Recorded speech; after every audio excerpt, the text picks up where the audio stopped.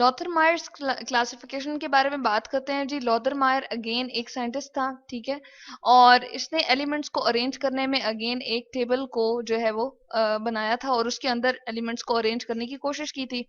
अब जो एलिमेंट्स उस वक्त तक डिस्कवर हो चुके थे, जैसे कि बहुत कम एलिमेंट्स थे और कुछ जो डिस्कवर होना बाकी थे, तो उनको अरेंज करना एक बहुत ही मुश्किल सा टास्क था, जिसके लिए बहुत सारे साइंटिस्ट जो थे वो काम कर रहे थे। लॉदर मायर ने भी जो थे 9 ग्रुप्स बनाए थे, ठीक है। तो हम यहाँ लिख देते हैं कि उसने कितने ग्रुप्स बनाया जी।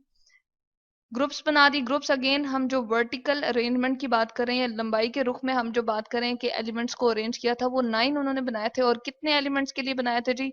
56 एलिमेंट्स के लिए उन्होंने ये काम किया था, ठीक है।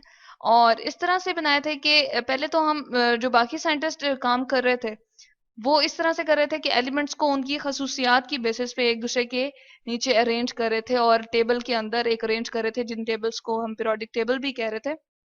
जैसे न्यूलैंड्स हमने ऑक्टेव्स लॉ किया था, और डुब्राइनर्स का ट्रायड यानी कि 3 का असूल किया था। 3 एलिमेंट्स को कंबाइन करके रखते थे, ग्रुप में बना के रखते थे। तो लॉदरमायर ने ये किया था कि एलिमेंट्स को उनके वॉल्यूम के हिसाब से, खसूसियात यानी कि उनकी जो प्रॉपर्टीज मिलती जुलती थी उसके हिसाब से नहीं, बल्कि उनके एटॉमिक वॉल्यूम के हिसाब से जो है वो उनको अरेंज करना शुरू किया। अब एटॉमिक वॉल्यूम क्या होता है? सबसे पहले तो हम एक फॉर्मूला देख लेते हैं जी। डेंसिटी यहाँ पर मैं लिख रही हूँ कि किसी चीज का भारी या हल्का होना, वो किस फार्मूले से हमें पता चलता है जी? इस फार्मूले से हम मालूम करते हैं density is equal to mass. यहाँ पर हम लिख रहे हैं कि उसका वेट कितना है या वो कितना मैस रखता है, उसको हम डिवाइड करते हैं जी किस पे?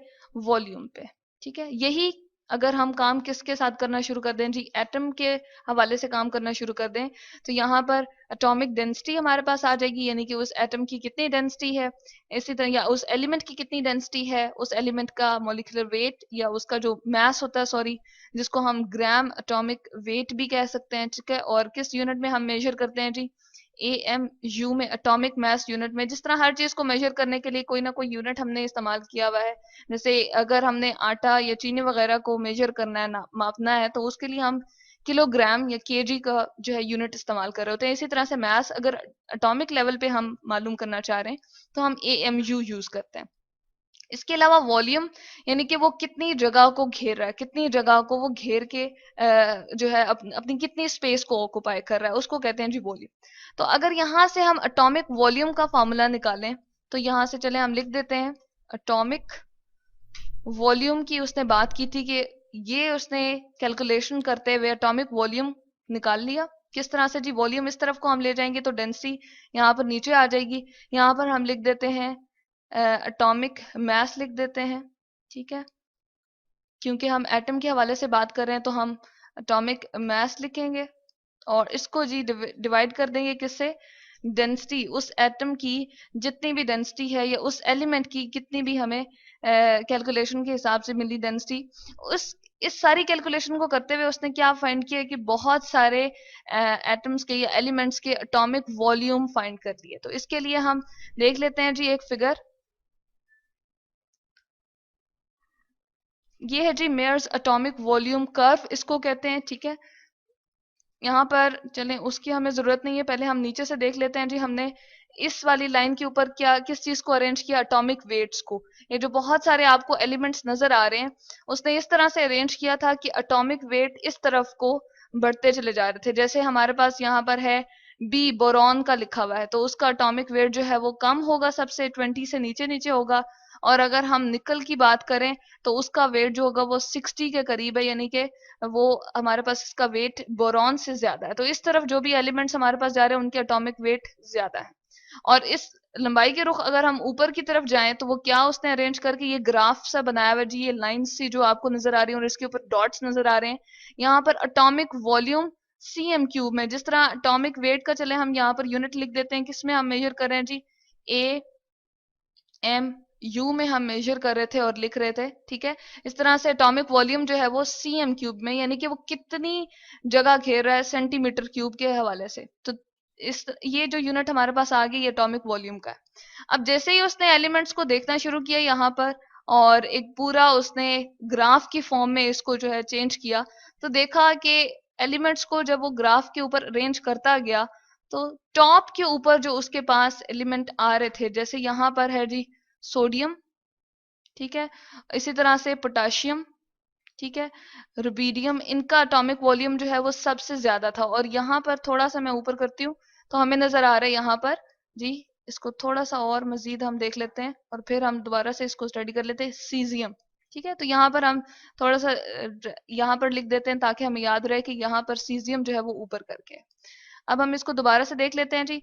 ये जो हमें टॉप के ऊपर नजर आ रहे थे इन ग्राफ की, ये जो हमने लाइन बनाई है, दो एक्सिस ये जो हमने ड्रॉ किए थे, एक हमने ये वाला ड्रॉ किया जो लंबाई के रुख आपको नजर आ रहा है, और एक ये जो इस तरफ है ये चौड़ाई के रुख नजर आ रहा है जी, इसको एक्स एक्सिस कहते हैं।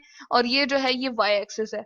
एक्स और वाई एक्सिस के दरमियान में अगर हमारे पास लाइन की फॉर्म में कुछ इस तरह से ड्रॉ करते हैं हम जी, उसको हम कहते हैं कर्व। तो ये जो आपको नजर आ रहे हैं जी, ये लॉदर मायर कर्व्स हैं। और इसके जो टॉप के ऊपर पड़े हुए इनकी एटॉमिक वॉल्यूम जो है वो सबसे ज्यादा थे।